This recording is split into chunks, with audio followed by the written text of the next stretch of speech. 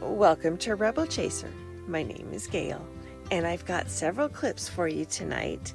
The first one is with Judge Prill. He is sentencing a woman who did something very, very egregious and awful. That's all I'm going to say. I'm going to let you watch the video. The second one is with Judge George Mertz, and he's got a defendant that he's basically a crazy man that thinks he's a lawyer, but he received his degree from a Cracker Jacks box. So I'll let you guys watch that. Then the next one is with Judge Walt Weaver in Texas. He's got a woman that has quite an attitude.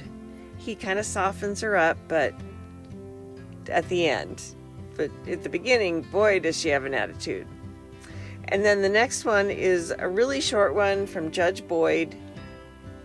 And then I've got two with Judge Rosie Speedlin Gonzalez. And the first one is a probation violation, motion to revoke.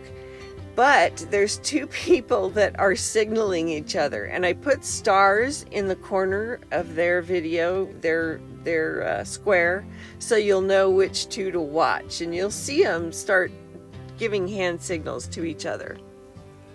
And then the last one is also Judge Rosie Speedlin Gonzalez, and she gets hot. She gets very angry during this one, so I'll let you guys watch that. And I had to change things up because it was just getting too stressful trying to get it out, the video out in the evening on time, so that the people in the East Coast were able to watch it. So I was just getting too much stress. So I kind of changed it up. I'm going to do definitely on Fridays, maybe a Tuesday or Wednesday, just depending on how much stuff I can gather to put together a good video. I didn't want to give you guys just crappy stuff to watch. So I wanted to, put things out that were interesting. And I was finding that every single day that just couldn't be. So I changed it up a bit. I hope you guys don't mind, but here you guys go. People of the state of Michigan versus Alexis Nicole Johnson, 2370 FH, time of day sentencing. Ms. Johnson is present, represented by Attorney Dallas L. Rooney. People are represented by prosecuting attorney Timothy J. Rakowski. Back on January 8th of this year, the defendant pled guilty to embezzlement, $1,000 or more, but less than $20,000. Ms. Mandy Alexander has prepared the pre-sentence report dated January 25th. Mr. Rooney, have you and your client had the opportunity to review the pre-sentence report? We have Any additions, deletions, corrections, or objections to the report other than that? none to that or guidance. All right. You agree with that? Yes. Mr. Rakowski, any objection to the report as well as that? No to either question. Thank you. Mr. Rooney, what would you like to say on behalf of the defendant before the court imposes sentence? Thank you, Your Honor. My client's 27 years old, married, she has one child, zero criminal history, high school graduate. She's agreed to repay the $2,436 that she overspent on her grandfather's debit card. We've gone over the recommendation. It's very fair. It does mirror the plea bargain that we reached in this case. There's a 1-year delay, and hopefully by the end of the 1 year she'll pay the money, and she will end up with a misdemeanor. She also had to show up in Tennessee to do the fingerprints, so we're done here. I'm going to take her over and get that. Very good. Anything else? Nope. Does your client wish to address the court? I think she does. I'm not trying to get emotional. My grandpa passed away. We have to say sorry for this. As the oldest grandchild, it makes me feel like that. Mr. Rakowski, anything on behalf of the people? This is a victim's rights case. It is, Your Honor, as far as the pre-sentence report, we believe it's accurate. It lays out all the information the court needs in this matter. I would say that as it relates to the recommendations, we have no objection to the delay of sentence as part of the agreement that we had reached with Mr. Rooney. But part of it is that she paid the full restitution by the end. So that restitution is not paid at the end. We'll be opposing any type of reduction.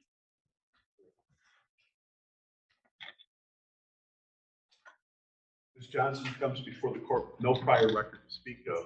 However, she stole from her grandfather. That's what happened. And there's no reason or justification for it. There really is. I appreciate the fact that you do have remorse over this incident, miss, but at the end of the day, what the rubber hitting the road is going to be you taking care of the restitution. And I'm hopeful that you can do so, but stealing from a grandparent is beyond unfortunate, but you understand that. It will be the sentence of this court. Actually, this might be a little bit different. The court is going to take this matter under the delayed sentence statute, so take the plea under advisement. And the delay of sentence will include the following provisions. 1, no violation of any criminal laws of any government, not to leave the state of Michigan without prior approval of the court, to notify the probation agent monthly or at such times and places the agent may require. In addition, you are to complete any mental health or other recommended treatment following assessment by a qualified community-based service provider, waive any confidentiality to field agent, not engage in any assault, abuse, threatening, or intimidating behavior, no communication with anyone housed within an MDOC facility without permission of the agent, no communication with anyone engaging in behavior that constitutes a violation of any criminal law of any government, not to use any object as a weapon, own, use, or have under your control a weapon of any type, not even limitation. You can't even be around those individuals. Comply with all written and verbal orders of the agent. Allow the agent to your residence at any time for supervision. You are to submit to the search of your person and property, including but not limited to your vehicle, residence, phone, computer, without the need of a warrant if the agent has reasonable cause to believe you have items that violate probation. 24-hour rule regarding any arrest or police contact, loss of employment, or change of residence. Make genuine effort to find and maintain legitimate employment, minimum of 30 hours per week unless engaged in alternative programs approved by the agent. Restitution will be owed to be paid to Christina Baca, BACCA/Richard Baca, state, $2,436. You are to execute a wage assignment to pay that if you are employed in these 2 regularly scheduled payments. $130 crime victims' rights, $30 supervision for regular, $60 electronic for EOC, $100 in court costs payable at the rate of $10 a month, a fine of $100 payable at the rate of $10 a month, DNA testing fee of $60, $68 in state cost, and we will do a review of this within a year. That date, please, when you have it. March 17, 25. March 17, 2025 at 9 a.m. See how you're doing relative to the delay of sentence. In the event that there may be a violation of the delay of sentence portion, the Department of Corrections would be notifying the court. We'd have you brought in earlier. Hopefully we won't need to do that, but those are the things you have to do. Do you understand that? Now, I do have one question about that. If I were to come up and see my parents, do I have to get permission from my probation officer? She's a resident of Tennessee, so all the language about not leaving the state of Michigan. That's right. I'm striking that. I'm going to strike that. I apologize. Any issue with the visitation? No, I'm going to be doing an IPAC, so I will transfer her case to Tennessee. And then she'll be supervisor there, so I would assume they have certain rules that they follow by. Probation commission for her over there as well.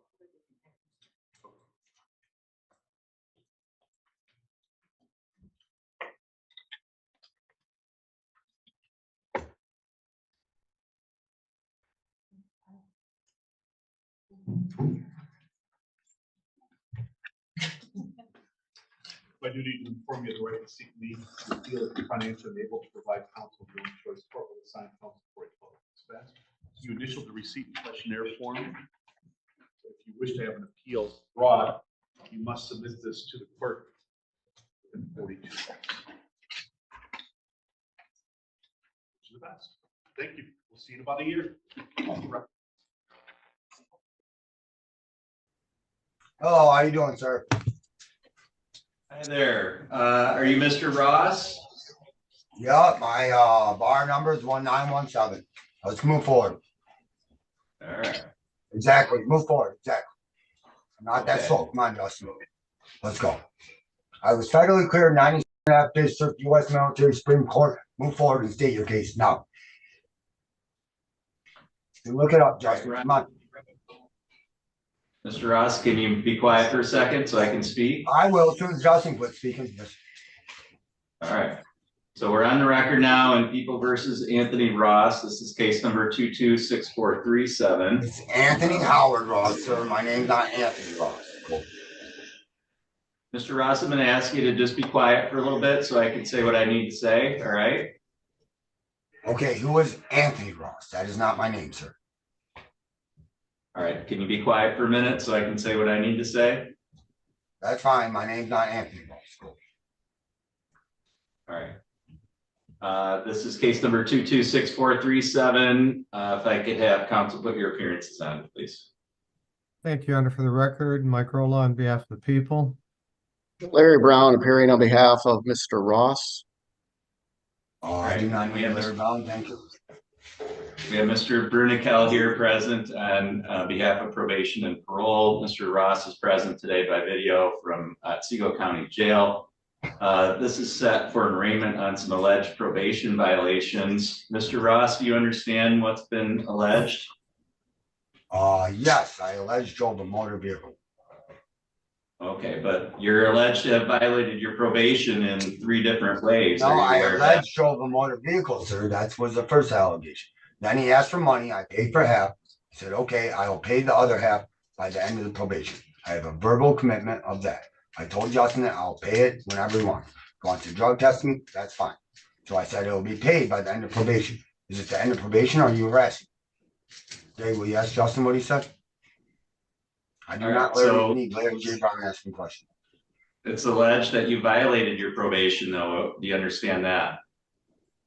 No, I understand he asked me for money. I paid for half. I said I'll pay the other half at the end of the probation. He said that's fine. Okay, it's alleged that you violated your probation by failing. No, sir. Can you listen to what I have to say before you say anything? You don't even know what I'm going to say. Okay, Right. I'm just saying what I said. Cool. I'm not happy about being in jail and people lying. I understand that. You understand that you're alleged to have violated your probation because you failed to complete mental health treatment. You understand that? I'm not willing to do that. Yes, thank you. You're also alleged to have violated your probation by failing to notify your probation officer of any change in address, and then on March 6th, you vacated your hotel room without giving notice of that. You understand that? Okay, they asked me to leave. That's fine. So I left, and then for the last time, I said I'll pay him. I don't want his mental Well, health. Mr. Ross, I'm going to I'm advise glad you you. want it, Larry. Larry, I'm not talking to you. I'm talking to the judge. Okay, I do not care for your mental health court at all. Period. End of story. I'll sit here in jail until you guys quit saying Your Honor, you're just doctors for or lawyers or Mr. something. Just shut Ross. up, Larry. Just shut up, Just Larry. for- You're not my Mr. lawyer. Just shut up. Shut up, Larry. Everybody. Okay. Wait, I'm muting Mr. Ross now. Thank you. And I have some concerns regarding Mr. Ross's current mental health based on his behavior here on the record today. I know that some of the allegations do involve his failure to complete mental health treatment. And again, I think based on his behavior here today, I think that's an issue. So we need to go figure out how to go forward. I'm not sure he's able to participate in the arraignment process here. And Mr. Brunikel, it's my understanding that there's currently a process to have Mr. Ross receive some inpatient mental health treatment. Is that correct? Yeah, that's correct. He's actually on a waiting list for a bed for inpatient hospital treatment. They were kind of waiting to see how his arraignment would pan out today and if he was kind of going to get out or not and how fast and quickly they would get a bed set for him. All right. So again, I don't think Mr. Ross at this point is able to meaningfully participate in the arraignment process. So I guess it would be my suggestion that the court enters a not guilty plea on his behalf. I know these are technical violations. So would these be the first technical violations, Mr. Brunikel? It would be the second. second. So the maximum that Mr. Ross could face would be up to 30 days, although I'm also aware that the court could hold him up to 45 days to receive treatment if he doesn't have any other safe alternative.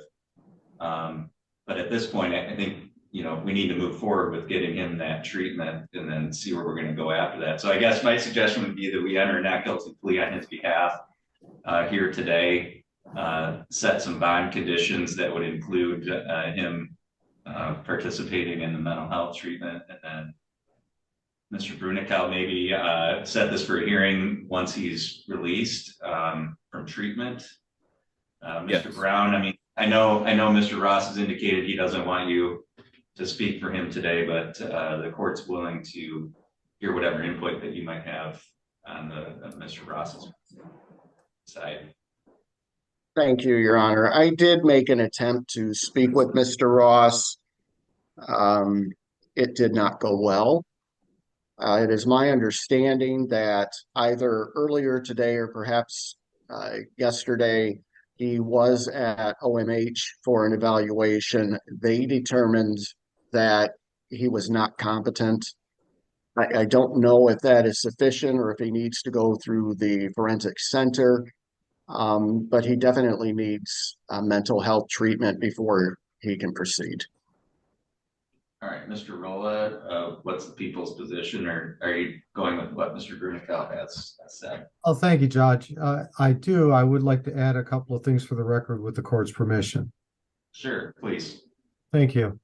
Obviously, we're dealing with a situation where the violations are involving failing to appear, failing to notify change of address, and failing to get mental health treatment. I think in light of the defendant's actions as expressed on the record today, both to the court and to his attorney, probably number 3, quite frankly, should be the immediate focus of the court's attention. As to the evaluation by local mental health, I don't know, quite frankly, if that's sufficient, and I can't obviously speak for defense counsel, but this might be one where, in order to have him effectively evaluated for competency to stand trial at all on the charges, would be appropriate. I would indicate additionally for the record, as the court's well aware, the initial evaluation by the forensic center would be done quite quickly. But as to criminal responsibility, we're looking at a 3 to 6 month backlog. Thank you, Your Honor. Well, and frankly, I don't know whether competency is really an issue. We're dealing with technical probation violations here, where the maximum penalty that he could face really would be up to 45 days. And unless the court were to find, 30 days, unless the court were to find that it caused for him under the statute to be held for 45 days. I mean, that's really the maximum what we're looking at. So I think realistically, we're not going to get any kind of competency exam done before that time would expire. So again, I guess my view would be to set some bond conditions here, enter not guilty plea, and then Mr. Brunical, you can follow the progress with regard to treatment and let the court know once he's completed. I'm assuming he's going to be admitted involuntarily for treatment, which I think is up to 14 days, I believe. So we could schedule a hearing at the expiration of that period. I mean, does anybody have any objection to proceeding that way? Judge, about people, I think that'd be appropriate because, again, we're dealing with failure to appear otherwise, and I think that's the only way he'll get any treatment if the court's not cash conditions. I would not have an objection to that either, Your Honor, just based upon what we've seen today, as well as my very brief previous conversation. Okay, Mr. Brunical, from probation standpoint, I mean, is that a workable way to go forward? Yes, Your Honor. Okay.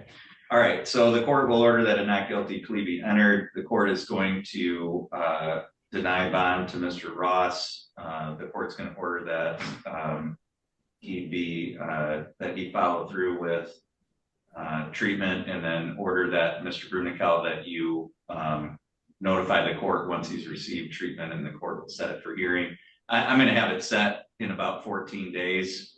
If we need to move that date, we can, but that'll give us the next date on the calendar to see where Mr. Ross is at that point. Mr. Brunical or Mr. Rolla, anything further for the record here today? No, Your Honor, thank you. No, Your Honor, thank you. Mr. Brown?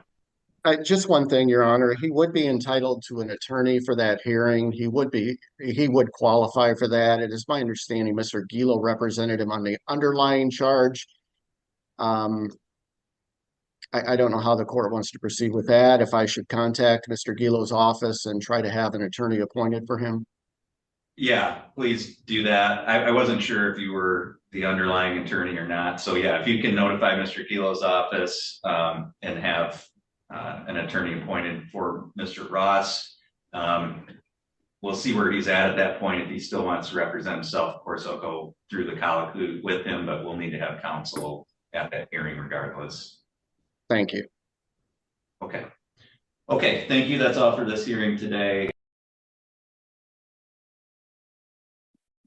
Ms. Costa, if you'll stand on the other side of that little table.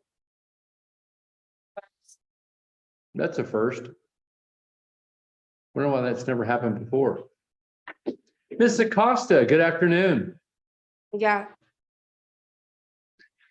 My name is Walt Weaver, and it appears to me you're prepared to do a plea, but you still have a constitutional right to appear in my open court, or you could waive that right as well. Are you agreeing to appear by video?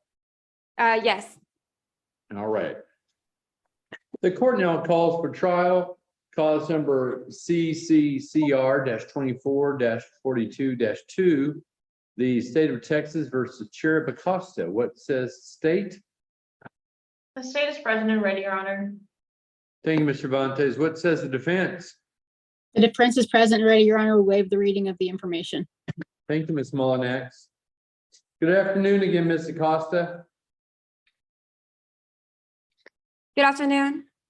Thank you. I often ask questions when I talk to you. If you'll respond, I'll know that the connection is still working and we can proceed with the plea. Your attorney announced right today for your trial for the Class B misdemeanor offense of criminal trespass. Were you aware that today is your trial for that allegation? Yeah. Do you read, write, and speak the English language? Yes. Have you in the past or are you presently being treated for any kind of psychiatric condition? No. Are you a U.S. citizen? Yes. To the stated allegation, how do you plead? Guilty or not guilty? Guilty. Thank you, Ms. Acosta. Before I accept that plea, I need to make an inquiry on the record as to your understanding of today's proceedings. Before me, I have the negotiated plea bargain agreement. It is attached to a plea memorandum with your signature on it. Do you recall signing the plea memorandum with the assistance of your attorney prior to today's trial? She came and see me and told me a little bit about what I was being charged with and the the same thing or whatever. So it's not a huge deal. You know what I mean? Well, I understand it may not be. I'm sorry, if I could, she told you she hadn't had any psychiatric issues. She has. She was previously found incompetent in Randall County. She was found competent later after they reevaluated her. I went and I spoke to her 2 different times on the phone to explain to her that would become an issue in this matter so that we could make sure that she understands everything that happens in this case. And so I just wanted to point that out to the court just in case you had additional questions. Thank you, Ms. Mullinax. Any questions about this plea memorandum you may have had that your attorney could not answer? No, not really. I didn't think that was an issue. I mean, I don't see how that you could run a case together that I previously was charged with. This, I mean, this isn't a family court affair. Do you know what I mean? Like, why would you say like, and so 3 years ago she was in this court, medicated, for a mental disability when that was already dismissed and long well fucking gone. I'm in here for one similar thing. Well, I'm getting frustrated. Why are you repeating a fucking sentence that's already been sentenced? Ma'am, you can't talk like that in court, okay? Well, I asked already once to not talk about, past, of my charges or cases. You know what I mean? And they still continue to like bring stuff up. when that has nothing to do with today. I mean, that was like 3 years ago. I'm not asking about 3 years ago. I know, but that's when it was, you know? I mean, I haven't been found incompetent or anything close to that even now. Ma'am, the state of Texas has 2 years to bring this offense forward. If you think this matter is being improperly handled, you can plead not guilty and I will set this for a trial.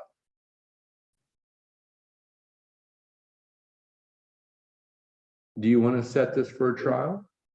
No, I just want to plead guilty. I mean, I wanted to get over and done with the charge. Well, then I would suggest I did that ask you don't for, interrupt me.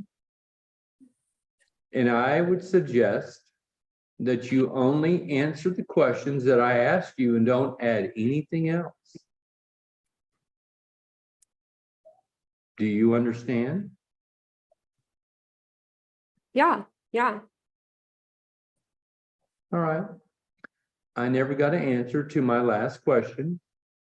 Were there any questions about this plea memorandum that you may have had that your attorney could not answer? No. Your signature, Ms. Acosta, tells me that you know that you have the rights, you know how to use these rights, but today you do not want to in exchange for the plea bargain. So for example, you gave up your right to a jury trial. Would you like to have a jury trial? No, thank you. And you know what a jury trial is, correct? Yeah. All right. Ms. Acosta, I feel like you understand the rights that you're choosing not to use today as evidenced by our conversation, your responses, your signature on the plea memorandum. Most importantly, your attorney's signature, which assures the court you two talked prior to deciding not to use these rights. So I'm not going to read this whole document to you, but I would like to have a conversation with you under oath about the process. You have an absolute right to remain silent. You waived it by pleading guilty. You have an absolute right not to give evidence against yourself. And you waived it by signing a judicial confession. Ms. Acosta, no one can make you do any of those things if you don't want to. However, today at your trial, if I believe it and accept it, that is sufficient evidence to support my finding of your guilt today. Do you understand that? Yes. So here's my question. Will you waive your right to remain silent? Let me place you under oath and let me ask you a few questions about the process. Yes or Sure. no? Sure, yeah. Raise your right hand. Do you swear or affirm to tell the truth? Yes. There we go. Put your hand down. Cherub Acosta, did you voluntarily plead guilty and did you voluntarily sign the judicial confession only because you were guilty and for no other reason? Yeah, I signed it. Wasn't my question. Let's try one So, more time. It's kind of No, hard to you read. get, no, you get to answer my question, not your question. Did you Yeah. plead guilty and did you sign the judicial confession only because you are guilty and for no other reasons, yes or no? I signed guilty for the signature, yeah. Because you are guilty and for no Yeah. other reason. Yes Yeah, or no? yeah.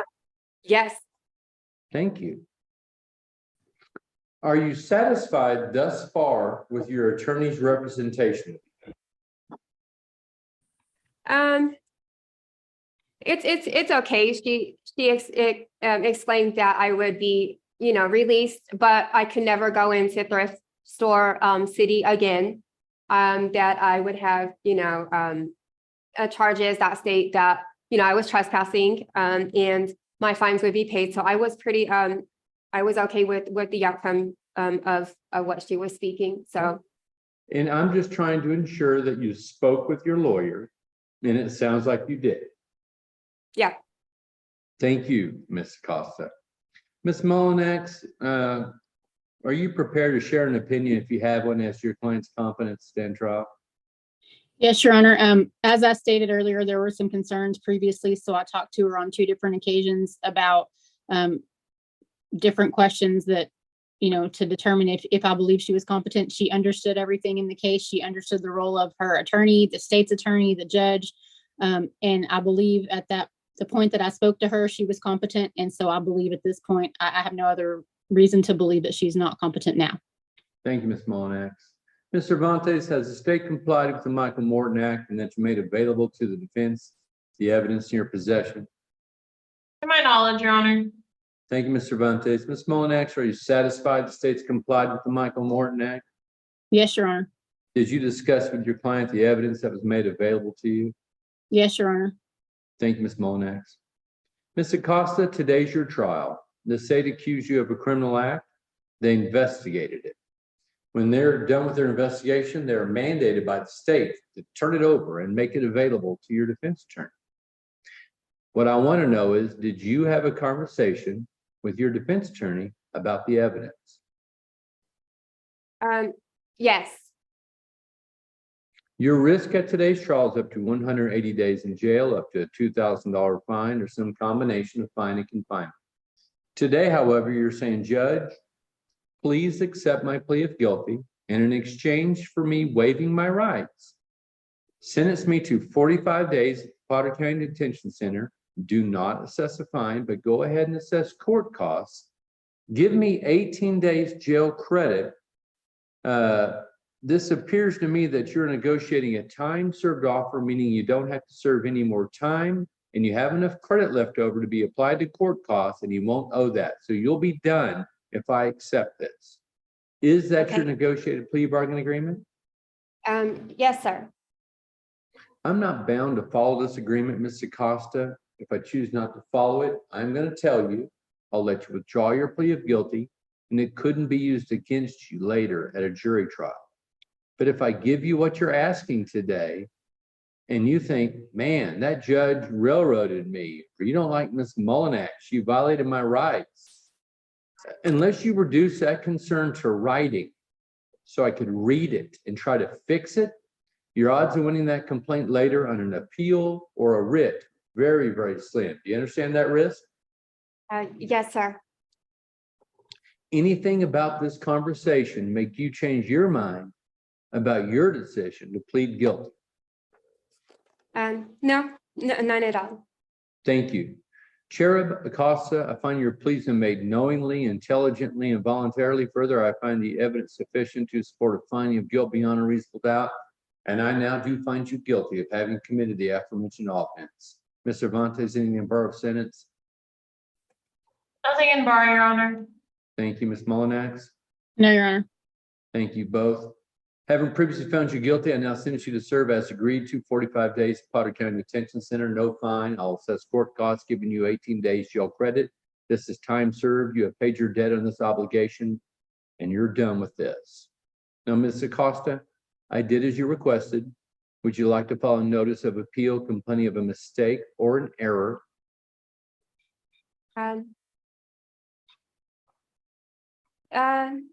No. Would you like a new trial? Do you want to start over? No. Ms. Acosta, do you have any questions for me? None at all. Excellent. Ms. Cervantes, any other matter before the court? No, Your Honor. Molinax? No, Your Honor. All right, Ms. Acosta, good luck. Give a perfect fingerprint to the deputy. Court is adjourned. Have a good day. Thank you. I was the only guy in this whole show here. It was all girls. Deputies, defendants, lawyers, support staff. Hello. Right. Good morning. All right, so was an offer tendered? It was. My client informed me this morning that she wants, no longer wants me to be her attorney. So I was just approaching on a withdrawal issue. The offer was tendered and refused. All right, if you want another attorney, you'll have to hire one. Oh, yes, ma'am. And I do have the paperwork already. No, I mean, you'll have to hire an attorney. So have you hired an attorney? I have to hire one. I can't just get another. No. And I do have one in mind. No, you need to hire an attorney. You can't choose who you want to represent you if you're not paying for that attorney. No, ma'am, I didn't say I wanted to choose. I just wanted another court-appointed lawyer. No, court-appointed attorneys, Yes. this is your court-appointed attorney. If you want a different attorney, then you will have to retain or hire one. That's how it works. I wasn't aware that that's how it worked. I thought we could just get another No, court-appointed. No. People do it all the time. not in this court, they don't. All right, so we need a plea deadline date, Ms. Ferguson? That's today. We're just set up for trial. All right, Ms. Ferguson, need a jury trial date. This is an ag assault with a deadly weapon, 2 days. It's 2 days for trial. No, they already have that other case that's set. You think it's, all right, we'll put it on April 22nd. All right, April 22nd. That will be your jury trial date. Thank you. Thank you, Judge. Let's open the record in case number 716544 in the matter of State of Texas versus Ms. Crystal Chavita Echeverria. Ms. Echeverria, can you hear us? Yes, ma'am. Have you given your attorney, Mr. Steve Harkowitz, and this court permission to go forward with your proceeding via video conference, also known as the Zoom app? Yes, ma'am. Please stand by, Ms. Echeverria. Can I get announcements from the attorneys and from probation, please? Tanner Delgado for the state, Your Honor. Stephen Harkowitz for Ms. Echeverria. Ready, Your Honor. Marie Martinez for probation. Okay. Ms. Echeverria, I do need to swear you in. Please raise your right hand. Do you swear or affirm that the testimony you're about to give will be the truth, the whole truth, and nothing but the truth, under penalty of perjury, should you lie to the court? Yes, ma'am. You may put your hand down. Now, Ms. Echeverria, back on November 29th of 2023, you submitted an application, a request to the court to be placed on community supervision, also known as probation, instead of, in lieu of, you serving time at the Bexar County Jail for the offense that you were charged with. The court granted your application with the understanding that you were going to follow court orders and that you were going to comply with your conditions of probation. That happened on November 29th, and you were placed on 12 months probation for the offense of assault, bodily injury to a family or household member alleged to have occurred on or about September 5th of 2023. On the day that you were placed on probation, on November 29th, the court warned you, admonished you, that if you were to come back before the court, because the state files a motion to enter adjudication of guilt and revoke your probation, and after a hearing, which we're at today, and after the court hears from the state, from you, from probation, and from your lawyer, if after the court reviews all the evidence presented at the hearing, the court finds that you have indeed violated your conditions of probation and you have indeed not complied with your with the court order that was issued on November 29th, then, Ms. Echeverria, the court warned you then, and I'll warn you again today, you could face the full range of punishment for the offense that you were placed on probation for. And the range of punishment for assault can be up to 1 year of incarceration at the Bexar County Jail.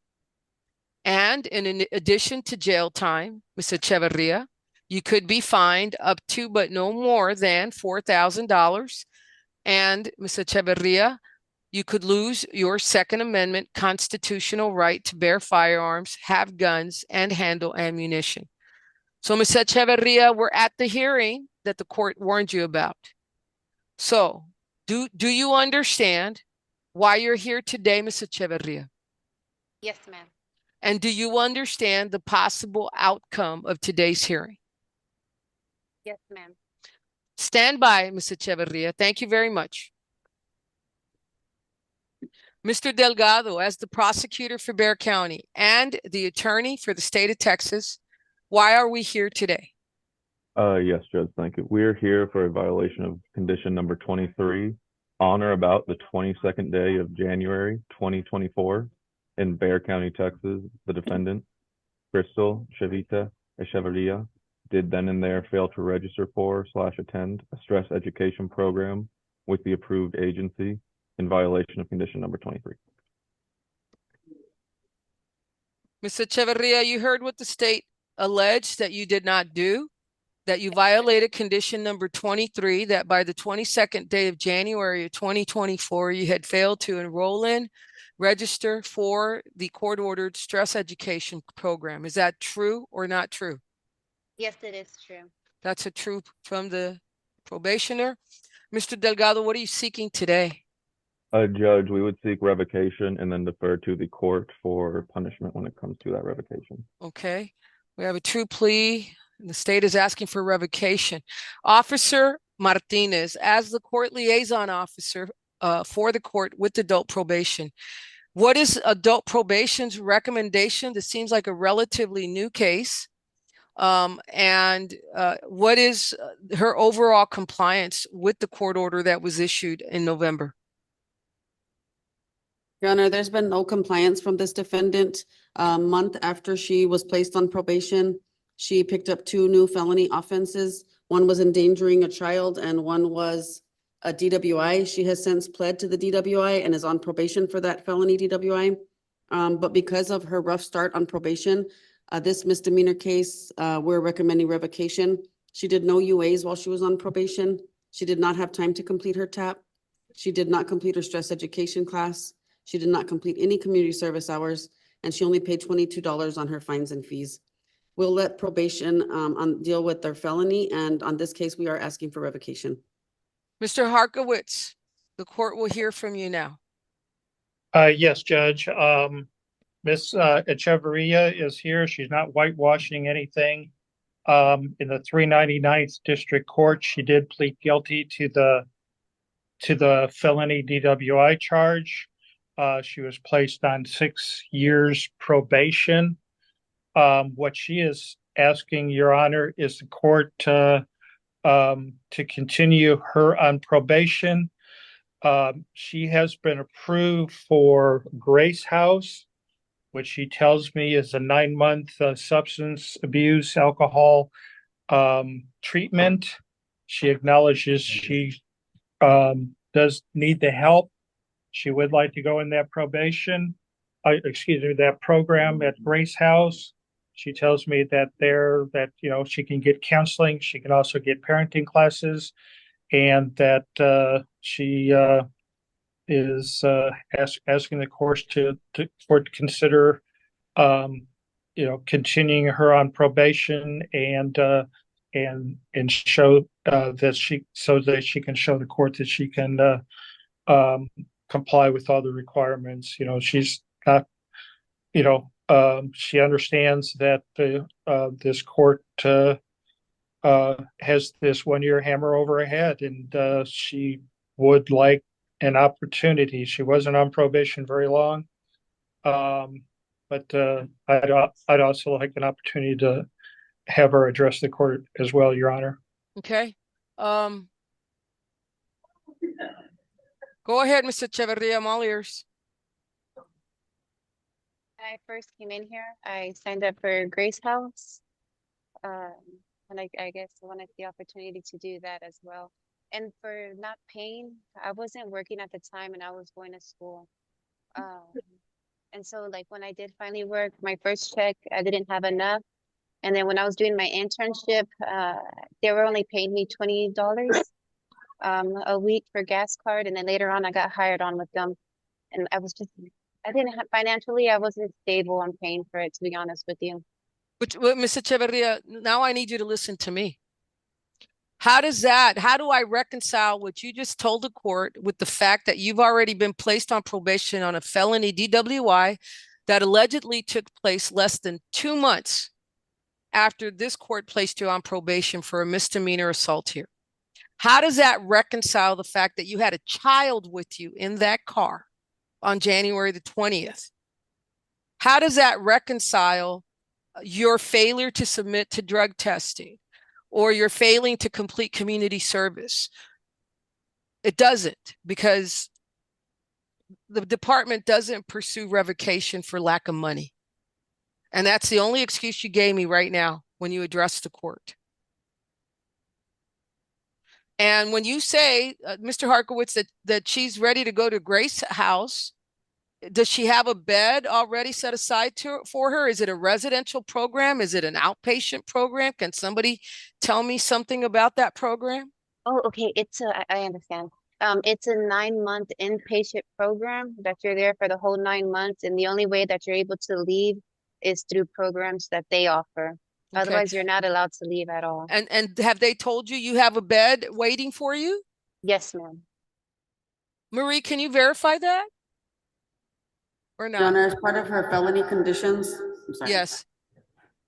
It's part of her felony conditions? No, it is not part of her felony conditions. She has a TAP evaluation. They will probably consider sending her there, but I don't know that she's brought that up to her felony ADAs or probation officer at this time. That's correct. Not part of her, but certainly if it's made part of her conditions of probation, We can't do it here. She's got felonies. We're done with her here. That's my understanding. Yes. So it can't be done through our court. She's going to have to navigate that through her felony court. How many days has she served at the Bexar County Jail? Can somebody tell me her amount of days to credit her? Yes, Sybil told me she had 55 days, Your Honor. 55 days. Okay. I'm not going to slow down any effort she's making to get treatment. It just can't happen through 13 because of what's transpired since she was placed on probation out of this court.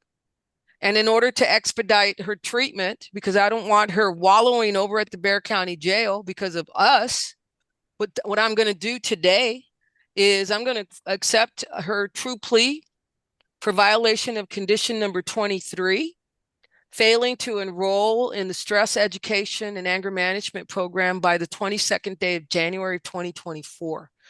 I'm going to grant the state's motion to adjudicate her guilty and revoke her probation.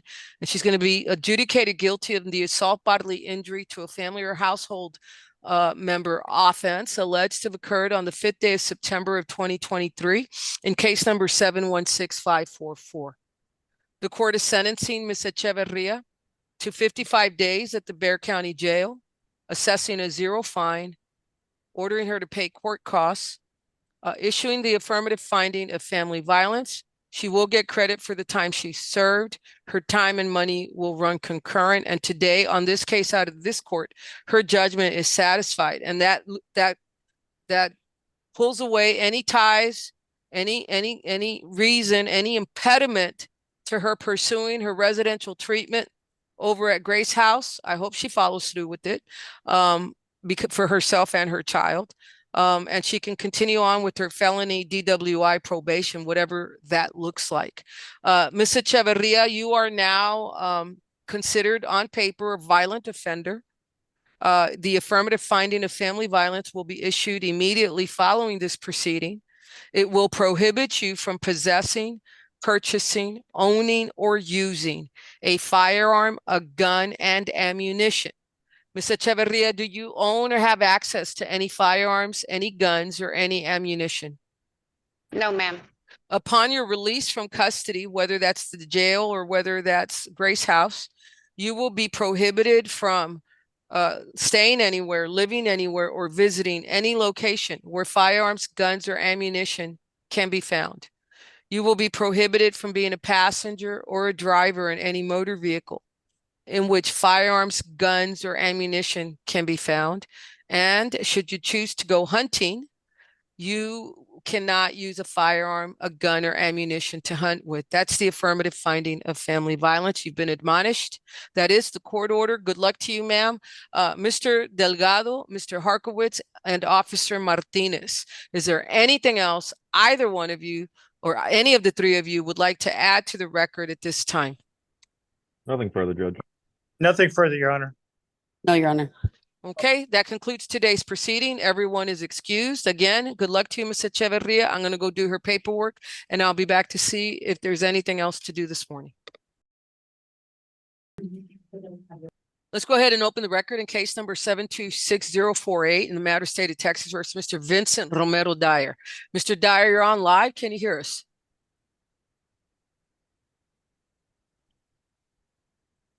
Yes, I can hear you, Your Honor. Mr. Dyer, have you given your attorney at his law firm and this court permission to go forward with your proceeding via video conference, also known as the Zoom app? Yes, ma'am.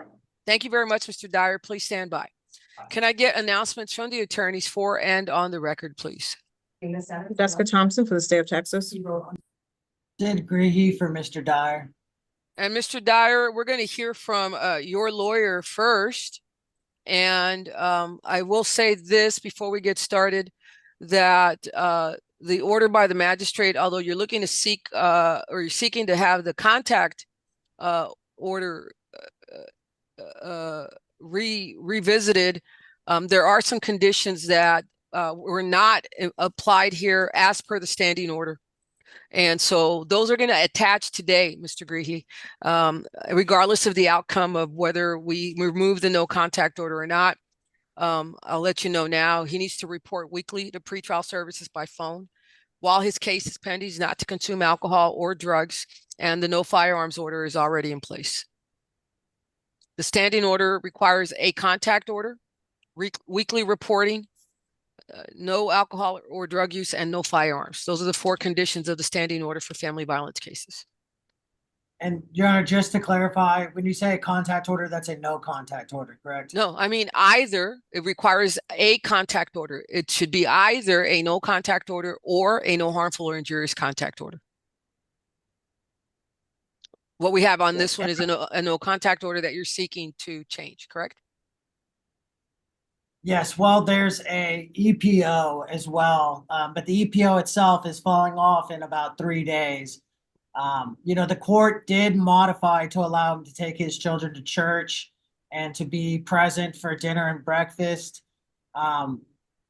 However, we would like to put on some evidence today about additional financial burdens on the family because Mr. Dyer is staying at another residence.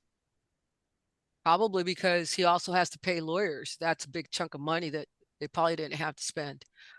So I'm looking for the order. Do you remember what date I drafted that order? The last one that you alluded to, Mr. Greehey, where I allowed him certain amount of contact. I can look and find it, but the order wasn't going to take place until March 22nd, when is the day that the EPO falls off. We were going to go under these new bond restrictions from the court. Okay. But I'll try to find what day that was done. Well, I'll keep looking for them. I have access to all the documents. I just haven't found it yet. I found a very skeletal one from February, but I'm going to keep looking. In the meantime, Mr. Dyer, your attorney, Mr. Greehey, filed a motion specifically titled Motion to Vacate Emergency Protective Order. And that's scheduled to be expired on January 22nd in 3 days. And I guess you paid him to come in for 3 days of to get this lifted. Time in court isn't cheap, Mr. Dyer. And it just, I'm going to say it now on the record. I question the whole financial issue when you're making these types of decisions to pay your lawyer to come into court to lift something that's going to expire in 3 days, Mr. Dyer. If you're that hard up for money, what are you thinking? What are you doing? I want you to start thinking of that today. Your Honor, go ahead, Mr. Greehey.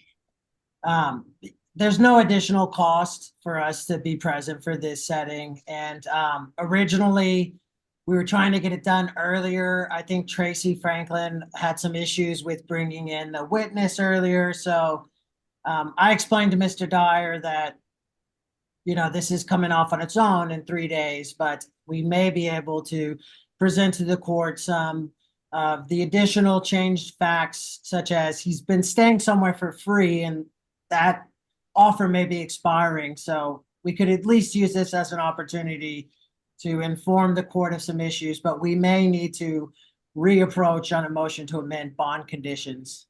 Okay, so let's, to be clear, effective March 23rd, I've already put an order out, Mr. Greehey. The following access order will be in place. Defendant may have access to the complaining witness and his children Monday, Tuesday, Wednesday, and Thursday, and Friday between 6:30 and 8:30 in the morning to transport the kids to school, and then from 2:30 to 3:30 to pick them up from school and transport them home.